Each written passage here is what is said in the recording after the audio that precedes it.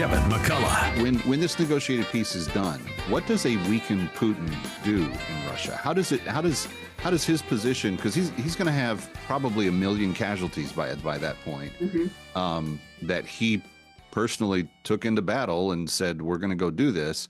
He may carve out the Russian-speaking portions of far eastern Ukraine, but that's about it. Not a lot to show for all that effort. What happens to him politically? Does he stay on the stage? How do you see that working? I would never underestimate the ability of Vladimir Putin to claim that this is a great success. And who cares if he claims it's a success? That's for his own political domestic consumption. I'm sure he'll spin. But if he loses 1 million people and he loses the energy sector that has propped him up, he's going to be in a strangely different world than when he went to war. Yes, he will be, and it only gets worse with time. But he'll spin it as the war is a success, that they're getting Mother Russia back, their empire is increasing. The kick and the hit of the economic hit that'll come from reduced oil revenues, that's not going to happen right away. It'll be over time. The problem that Vladimir Putin is going to have is he's got China. Now, he'll have no partnership is stronger than the Chinese-Russian partnership. But Russia is all of a sudden by far the little brother, the weaker part of that partnership.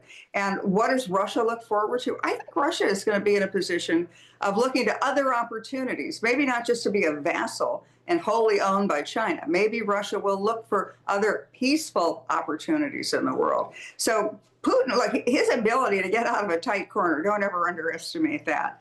But he's a realist. And as you point out, you want Americans to understand that Trump's engagement with Putin is really designed to put a crack between he and yes.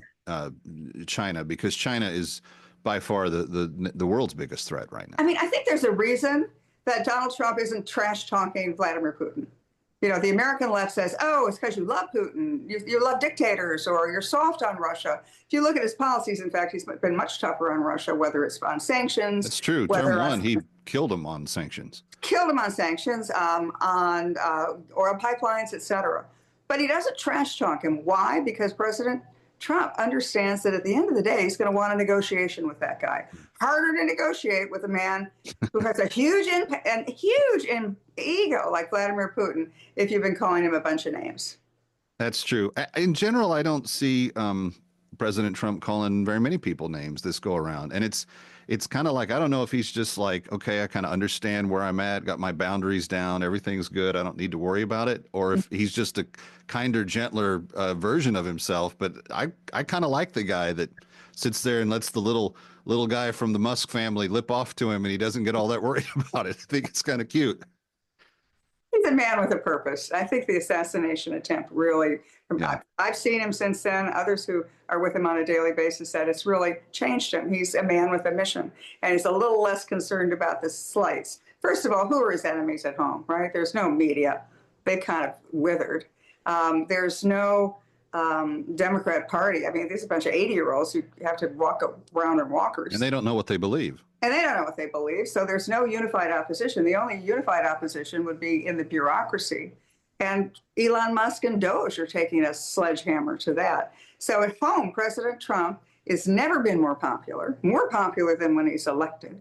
And all of the potential adversaries who would try to trash, sabotage, they're not there anymore. This is such a huge win for President Trump that I think he goes from victory to victory. And then when the economy kicks in, as it did with Reagan after 18 months, 24 months into the Reagan first term, when we have economic prosperity, a lot of opposition just melts away.